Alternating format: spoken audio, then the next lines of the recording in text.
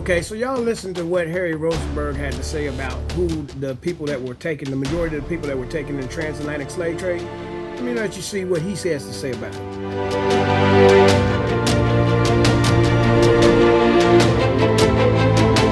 Nigeria is just a name that the British threw onto the amalgamation of a bunch of different tribes there that destabilized the region and led to a genocide and a Holocaust of the Igbo people. Where in the 1960s, millions of them were systematically killed and murdered. Yeah, he told me about that too, but I was running late. So it's so this is so relevant because we have such a never again Holocaust theme, but these people had it. But what is mind-boggling to me, which I can't imagine why this is not in the news and not spoken about, is that a large chunk, more than a fourth of the transatlantic slave trade came specifically from this one tribe. So how are we not starting to connect dots and being wait a minute, so the tribe in Africa that the government of Israel is fascinated with and enamored by is now the blood of those people flowing through the African American community here, which makes sense to me why they're all being we have an Israelite affinity, where we're identifying this is us, we are this. And so I'm so yeah, if the DNA of the blood of these people are in them, they have a valid claim to feel and say that.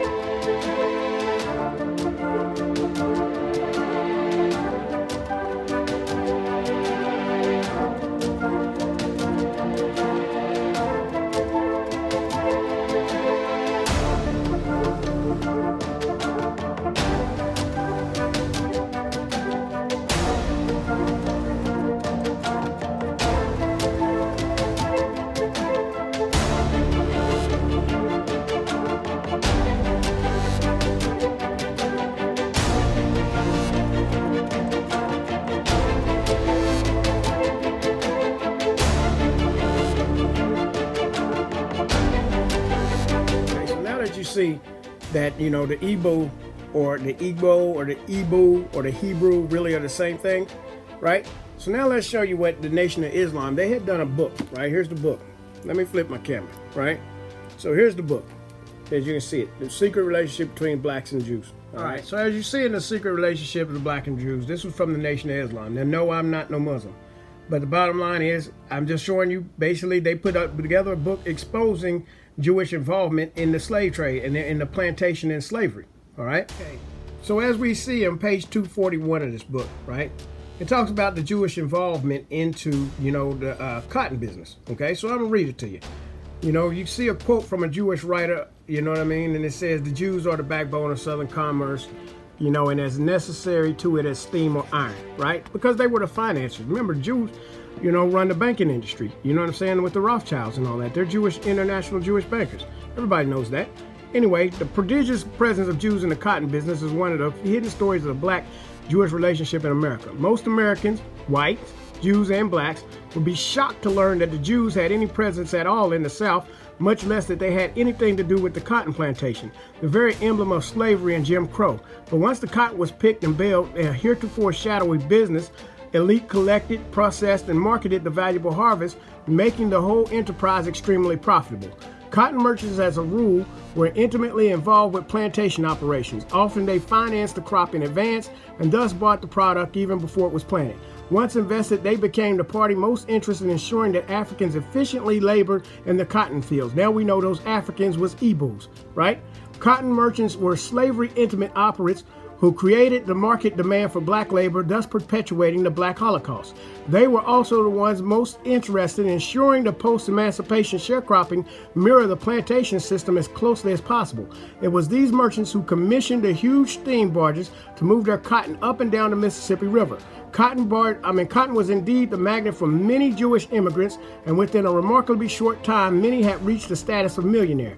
Here's a list of just a few of many Jews who built their fortunes on the labor of black men, women, and children. And those aren't black people, those are Igbos, right? Israelites, Hebrews, right? Cotton, cradled in cotton. If there's one indisputable, incontrovertible, irrefutable fact in the history of America, is it that blacks pick cotton. Everybody knows that. You've seen all the pictures. It is the American commodity that is most associated with the crime of black African slavery, as fully one half of the South's African slaves at the time of the Civil War were employed in its productions, and by political, social, and economic design, blacks continued unchanged in this role long after slavery's legal end. So now, in this book, right? It goes to show you all of the Jewish involvement that was in the cotton industry, right? You see that?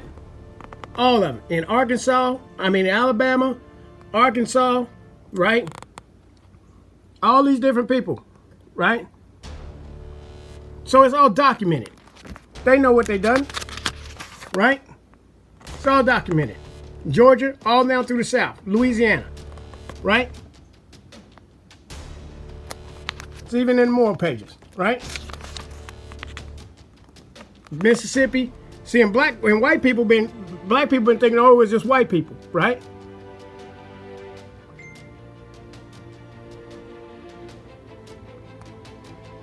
Missouri, South Carolina, Tennessee, Texas, all down through the South they was involved, right? You see what I'm saying? So it's all documented. So as you can see, when you start putting two and two together, right, they participated in the black Holocaust of the Igbo, right? Of the Hebrew. Their people participated in it. We ain't had nothing to do with the Holocaust over there in Germany, right? But if you want to get into it, the Jewish bankers funded that, right? Because they funded both sides of the war. So anyway, all I'm just trying to show y'all, now you know, when you start tying who were these people that were in slavery? Who were these people that got put on the boats and put on the ships? Right? See, now they got to admit it, right? Now they're starting to admit it reluctantly, but they're having to admit it. So let me show you one other thing, right? All right, as you can see, this is Jewish Voice Ministries International, right? Now look at what they're starting to put out here. Scattered Jewish people need clean water. They're claiming that these people are the Jews. You see? Everything's changing. Their whole narrative is changing now. Why? Because they know they've been found out. So now the new thing is to say, oh, yes, we didn't know about it. Y'all were the lost tribes, Well, we know exactly what it was. Now that we found out, now y'all know that we know that who we are, and we'll pray about it and start calling out to the Most High and say, hey, avenge us of our oppressors and take us back to our land, right? The whole world is going to go through chaos behind this. That's why when people say it don't matter, oh, it matters. Did it matter to those people that was put on the ship and scattered all over the world if they were real Israelites? That's the reason it happened to them. So yeah, it matters. So all these people that just went around here saying it don't matter, if you're a Christian saying it don't matter, you're ignorant. It matters because it's in the fulfillment of end time prophecy. Jesus is the King of Israel. It matters who his people are, and he told the Gentiles not to exalt themselves over the Israelites. So it matters. That's why now you see them changing up the narrative right before your very eyes.